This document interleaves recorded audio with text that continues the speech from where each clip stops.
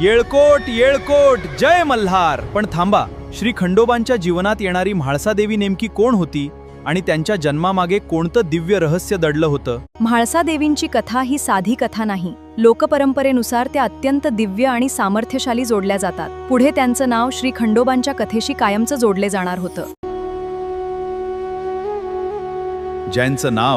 ज्यांचं नाव महाराष्ट्राच्या भक्ती परंपरेत अजरामर झालं, मल्हारी मार्तंड. पण म्हाळसादेवी आणि श्री खंडोबांची पहिली भेट नेमकी कशी झाली, त्यांचं नातं कसं जुळलं, सुरू होते पुढच्या भागात. येळकोट येळकोट जय मल्हार. मित्रांनो, श्री खंडोबाची ही महाकथा आपल्याला श्रद्धा, इतिहास आणि संस्कृतीचा अमूल्य ठेवा आहे.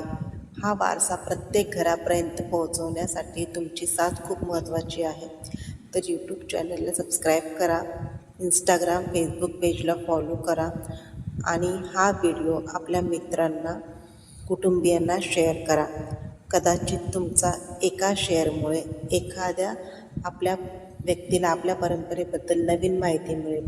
कमेंटमध्ये प्रेमाने लिहा, येळकोट येळकोट जय मल्हार.